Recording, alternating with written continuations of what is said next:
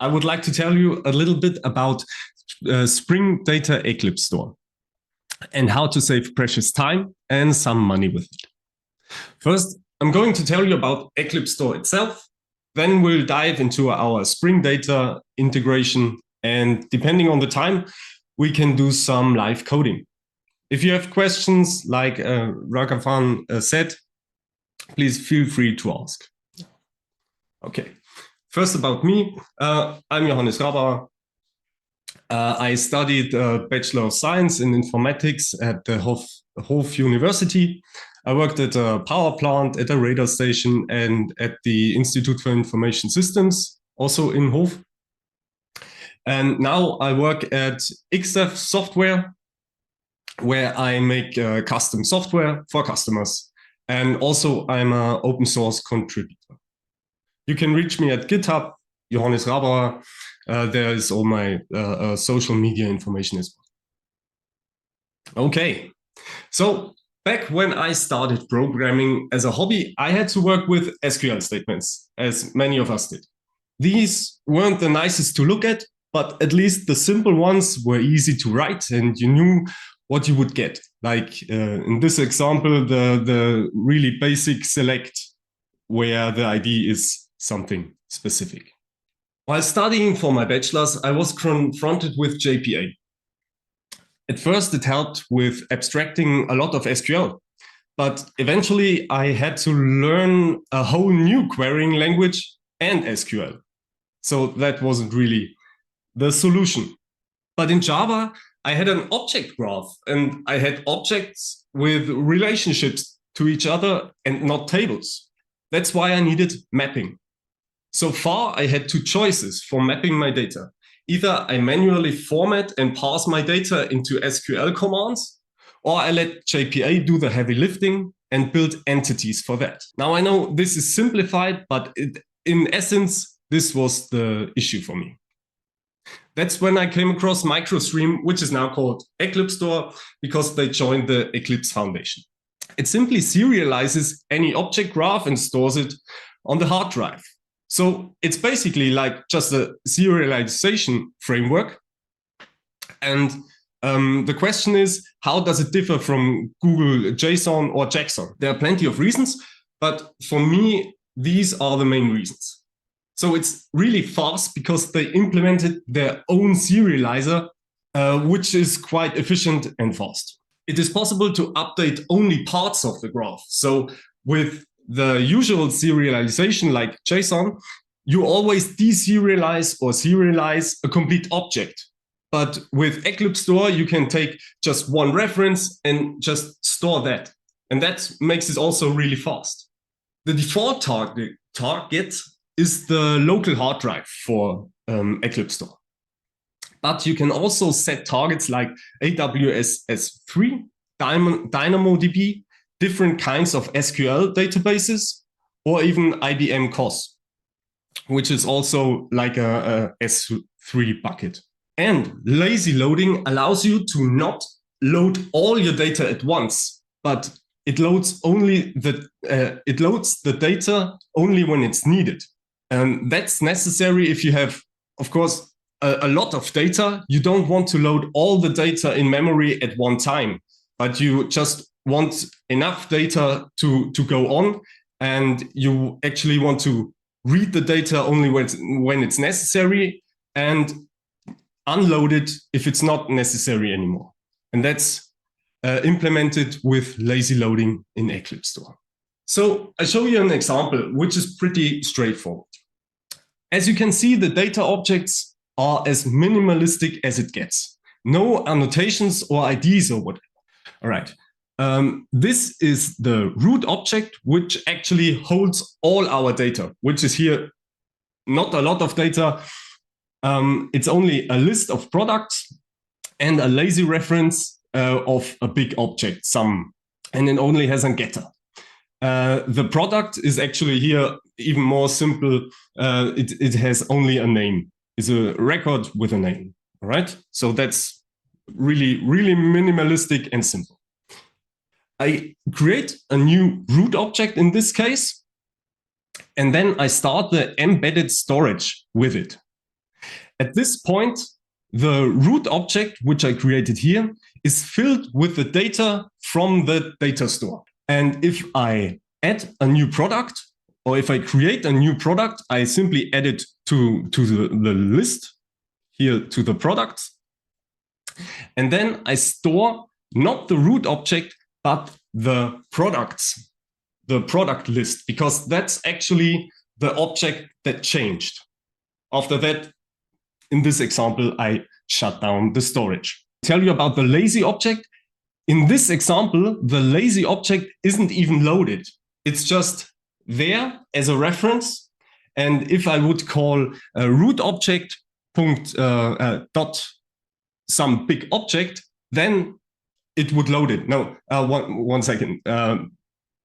Dot some big object dot get. And then it's actually loaded from the database. So now, as I see it, with Eclipse Store, I can handle my data much closer to Java without learning a different language like SQL. I can very freely define a target for my data, while it is possible to integrate the data with SQL databases. Querying is possible with native Java streaming, filtering, and mapping, or whatever way you choose to query your data with Java. I don't have to think a lot about mapping restrictions while storing. Objects don't need to be serializable, don't need IDs, and don't need annotations where I declare relationships like one-to-many or many-to-many. But we have to speak about acceptance. In any kind of training and education, persistence is always connected to SQL and table-based data. Especially developers are conditioned to think in table structures when thinking about data. And that isn't wrong, because mostly the world works like that. But if you want to work with Eclipse Store, you have to adjust quite a bit. For example, if you want to update object D, most people would want to update the object and then save the referencing object, which is in this case is C. But with Eclipse Store, you must call the store method on the actual reference to D, which is quite complicated to understand at first. Like before, we store the list of products and not the root object. This seems like a trivial change, but a lot of times it leads to low acceptance. So if we take a look at here, we not call the store command on the root object, but on the list that's contained in the root object, because that's the object that changed, as I mentioned earlier. We still have this gap between table-oriented and object-oriented thinking. And even though developers already think object-oriented while programming, it's kind of hard to rethink storage that way. As XDev, we saw a chance for our clients to use the benefits of Eclipse Store without the downside of having to rethink how storage works. Therefore, I want to show you how to use Spring-Data-Eclipse-Store, or SDES, as I will call it, and how it works. To understand that, I want to take a little detour to see what Spring Data is. First of all, it's a framework to hide complexity of data persistence. It's available for all kinds of different systems like JPA, MongoDB, or Redis. And it provides a repository structure to create object mapping abstractions. A repository basically lets you store and query data. We only create the interface. We'll see about that later. Here the list CRUD repository, here is the list CRUD repository for users. After that, somewhere in our code, we let Spring inject our simple user repository, and we can then save a new user. And we'll see about that too later. It is also possible to create custom queries with a specific naming pattern for methods in a repository. Here we find a user by username, or we find all users with a specific last name. And as you can see, this is only an interface, and Spring is responsible for implementing the actual instance of this repository. We only define the methods in a specific way, and Spring does the implementation, which is really comfortable for users, for developers in this case. And also, the Eclipse Foundation is working on specifying Jakarta data to bring this repository pattern to Jakarta EE. But that is not finished yet, unfortunately. So we thought if developers can use Eclipse-Store like any other Spring Data module, they can use it without a thought, without a lot of refactoring, without a lot of rethinking. I want to give you an example how easy it is to get started with SDES. First of all, we download a Spring Boot project with Maven and Java for this, from the Spring Initializer, this website. Then we must add the dependency in the Maven POM XML. That's our Spring-Data-Eclipse-Store, SDES. And now we simply add the enable Eclipse-Store repository annotations to the Spring Boot application annotation. We'll see about that later as well. Now we can already start coding. So we create a pet and an owner class. Super simple, just 2 records with minimal data. Next, we must create a repository for owners to be able to store and load them.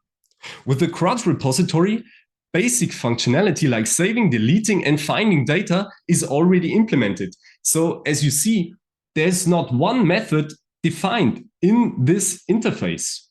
That's already contained in the CRUD repository. Lastly, we let the owner repository get injected into some class. In the demo, it's the demo application class. And then we save a newly created owner in the store. If we then call find all, the stored owner is returned. Simple as that. The main difference from Eclipse-Store to our integration is working copies. Spring users are used to having working copies of data. That means whatever objects you're working on, it's only a temporary copy of your actual data. And up until then, it is saved in a repository. No change is made to the stored data. That means you can do whatever you want with your working copy. As long as you don't store it, nobody else can see it because it's not in the storage. But in Eclipse-Store, you work directly on the Java objects in your memory. This simplifies a lot of things, but again, is very different from what developers are used to in the Spring Data environment. So as you can see, Eclipse-Store is loading these objects from the storage directly into your memory. And the user or the application works directly on these objects without any working copy. But with SDES, each query creates a new working copy of your object. The first drawback of that is clearly visible.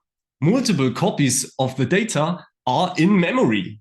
As you can see here, we have the person 2 times at least, or maybe more times. This seems redundant, but there are 2 huge benefits from here. SDES does not surprise the user.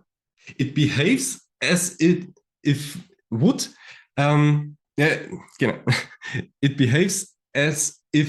be a Spring Data JPA storage.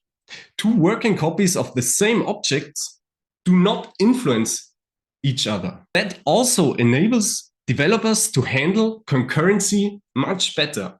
With native Eclipse-Store, if 2 threads are changing the invoice object in this example, the object could be corrupted in the sense that thread 1 is doing a change and storing the object.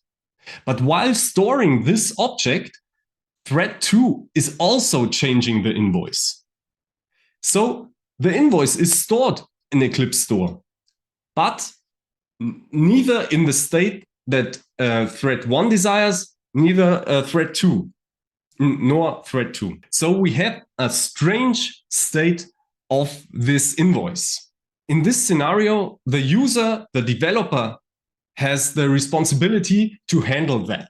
But with working copies, the invoice would either be in the desired state of thread 1 or thread 2, because this object is saved. But if invoice 1 or invoice of thread 1 is stored first, or the invoice of thread 2 is stored first, is unclear.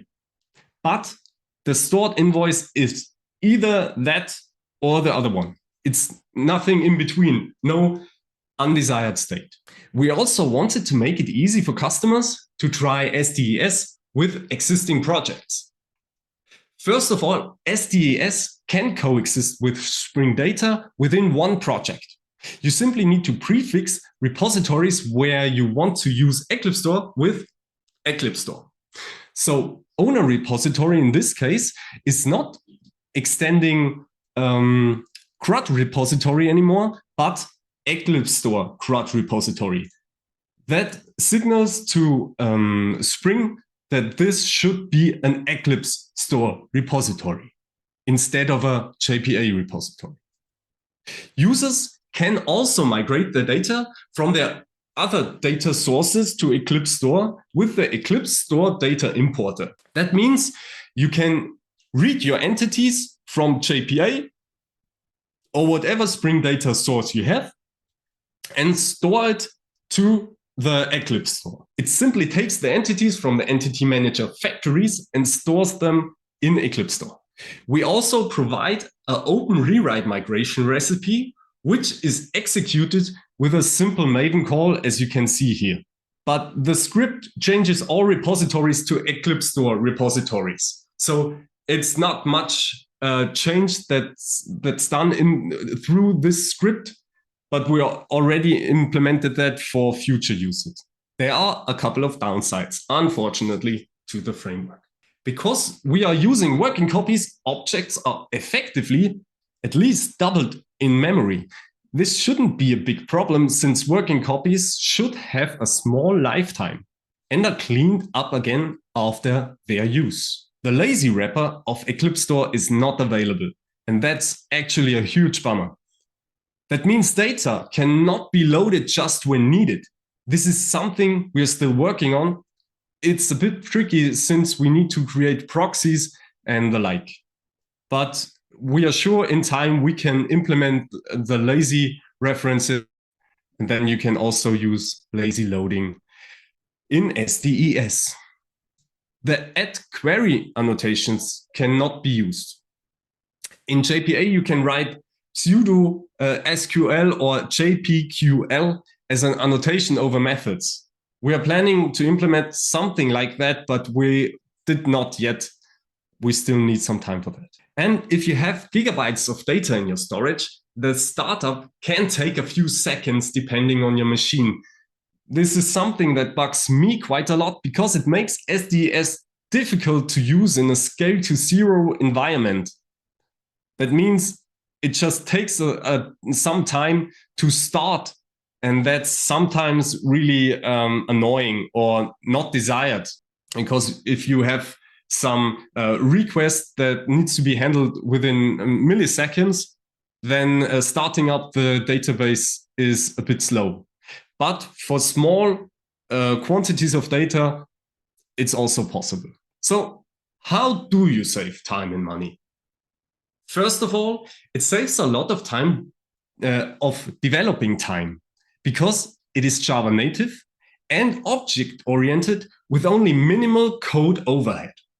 And Spring users are already familiar with the repository behavior of Spring Data. It is also quite fast, storing or reading data, which leads to fast debugging and quick test cycles. Being open source, there are no hidden costs or licenses that need to be purchased. You can also easily open issues, suggest pull requests, or even fork it and customize it to your needs. But most of the money is saved in the actual storage. By using AWS S3 or IBM costs, you can cut your storage costs up to 95%, since these blob stores are really cheap in the cloud. And yet they mostly provide backup functionality. But you don't need managed SQL servers anymore, and that's what makes SDES really cost efficient. All right, These are some relevant sources and the link to my repository with this presentation and the demo.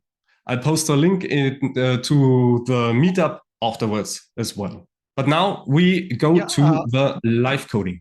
Yes? John, we have some questions. Satish here. So we have some questions. Yeah. I mean, being an object store, how do we manage a continuous update? For example, if I'm changing the schema, I have a product .java, but later I add or remove or modify a property. How that will be tackled here? There is a method to handle this in Eclipse-Store, and you basically, as far as I know, you have two options. So there's one legacy type handling, which automatically maps the old data to new data, to your new data structures. And that's working out of the box without you needing to do anything. And there is also a way to do that with specific files, where you say, okay, this was the previous name of the class or something, or the member variables, and this is the new name, or this has been removed, or this has been added. Yeah. Okay. That's basically okay. So you're saying there will be some, I mean, we need to see, for example, there is something like Flybase or Liquibase where we maintain the database version. So something similar is existing for this also. That is what you're saying. That, but you need to write some configuration code there. There is something called micro-migration, which is also implemented by us, by XF. And there you can handle a changing of data. That's good for versioning your database, and if you need some special data in your data, but it's not working for structural changes like different class names or member variables. Okay. Okay. So I have another question. Actually, follow up to that. So when you mentioned about embedding data, being a Java app, that startup time is also slower that you mentioned. So is there any option that I can use it as a client server option where I can deploy Eclipse-Store as a separate machine and then I can remotely call from my Java application? Is the remote call is possible, or it is only the embedding mode that is possible? Being a normal Java library, you can, of course, implement your own REST call, and we will do that actually in the example. Like you have a REST call for storing data, and you have a REST call for getting data. That's possible, and you can implement that all by yourself. Also, one second. I think MicroStream is offering a cloud storage for that, cloud infrastructure for that, but I never worked with that, so I can't say how it specifically works or anything. But okay, you can always implement your own REST storage server. Okay. Okay. Yeah. The reason that I asked, maybe I'll put that background also. When Elasticsearch started, initially they supported both embedded as well as client server. But later, when we start with embedding, there were a lot of memory issues or conflicts with our own library classes and all those stuff. Later, it was moved as entirely a client server app. That is why maybe I will check it again. I'll check it and then I'll come back to you with questions. All right. Okay. Yeah. So the problem with huge data is that it's an in-memory data store. So it's planned as you load all your data in your memory, but you can also use lazy references, and that means it only loads a reference in memory. But you also get problems if you have not only large data, but a lot of small objects. Then actually the lazy references don't work so well anymore. But that's more a specific Eclipse-Store problem, and they are working on some solutions, but they are not there yet. Okay, are there any other questions? Okay, then I will get to the live coding. It's just really short. And if there are any more questions, just still feel free to ask. Okay. All right. So what I did previously was just simply download the Spring initializer, just a simple Spring Boot application, like I said in the presentation. So we don't have anything in there yet. This is a vanilla Spring application, but we will change that. All right, to start, we need our dependency. So we go to the POM. Like I said, it's a Maven project because that's something I'm familiar with. We add the Spring-Data-Eclipse-Store dependency, and because we want to make a tiny web server, we also need the Spring Boot Starter web dependency. So we can make a tiny REST endpoint. Okay, next, also super simple, we create the owner record. So we give him or her first name, last name, and we are done with that class. This is actually this class that we want to store later on. We create the owner repository to be able to store and find data. And this simply extends we take the list CRUD repository because that already has all the functionality we need. And this repository is for our owner. We could add some ID, but we leave that out now. And this second parameter is for the ID, which we don't have. So that's actually not needed. All right. So that's already our repository done. And to be able to call in a REST endpoint, we create the owner resource, which should be a REST controller, and have a request mapping for, let's say, owner. Okay, and what we need in here is the owner repository.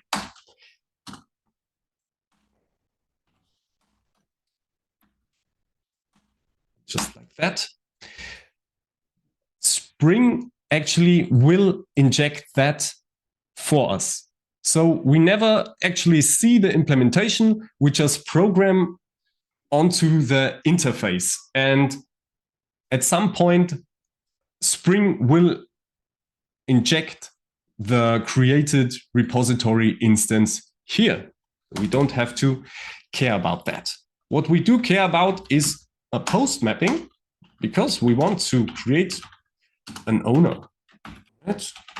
What we get is an owner, and we do nothing else than just save this new owner. And then we return the owner just to signal the caller that this is saved. But we also want to be able to read this. We call the collection, and we call that list, to be able to list all the stored owner. And we return the find all, which returns all the owners. So as you can see, we never implemented find all or save. This is simply something that's provided by list CRUD repository, which is pretty cool, I think. And with that, one thing I forgot. We need to enable Eclipse-Store repositories. And then we are good to go. Yeah. All right. One not so nice thing right about now. Oh, 1 second. How do I get rid of this? Okay. One thing that's not so nice. To create the working copies, we use reflection right about now. We plan to change that, but right now we have to use that. And for that, we have to open the Java base the util and the misc, and depending on what you use as well, it might be that you need to open that up as well, which is not nice, but needed right now. Okay, and just like that, it should work. Okay, that started. And we have some use curl to query some data. So we simply do a curl command, a get request on our owner. And what we will get is nothing, because we have nothing in store right now. But we can change that by posting a new owner. So the data is this. We will add Stevie Nicks as a new owner. And the content type is JSON. And the endpoint is also owner. If we do that, we'll get the owner as response. That means it should be good. And if we curl, if we get the list again, we will see, well, Stevie Nicks was stored. And that was it. And yeah, now we can add more data. We can also add the same data. Now we have two Stevie Nicks. Or of course we can add Mr. Mick Fleetwood. That's his name. All right. Okay. Yeah, so we have two Stevie Nicks, one Mick Fleetwood. And if we stop the application, hopefully the data is still there. Yes. Okay. All right. That was it. That's minimal code with a working example for a REST endpoint. Okay. So are there any more questions? Any questions? No questions, Satish. This was too good, actually. Yeah, it was quite an interesting session. Looking forward to see that startup issues, because one thing that I feel is that for us, for at least now, Java community is more focused on that startup time and all those stuff. So probably that is something that we need to look at. But it's an excellent. Yes, definitely. So like I said, it really bugs me as well. Because otherwise it would be perfect for like Lambdas, AWS Lambda applications, which only scale up, do their work in the database, and then scale down again. For small data, that works great, because the data store actually boots up so fast you won't notice it. But yeah, around a gigabyte of data or something, it takes some time. And then your Lambda is too slow, maybe. Well, no, there is one other case where you maybe have scheduled jobs, where you're not depending on immediate responses, but you just want to get the job done, a scheduled task, like at 1 o'clock in the night, you want to do some work. And there, the startup time isn't important. You know, that would be a good case for that, even though the startup isn't really fast. Yeah, because when I first saw Eclipse-Store, I was able to connect that with this headless content management system use cases, because these content management system, they create large volume of data, where I see that truly it can save a lot of money as well as time, because using Java objects directly, I will have the performance edge. I do not have marshalling and demarshalling. And also I have the ability to store it in my normal S3 bucket or something like that, which will reduce my storage cost to a great extent, basically. The only thing is that startup time probably. Yeah. But looking forward for the new lazy and all those stuff. Provided we get all that, it will be a very good disruptive technology.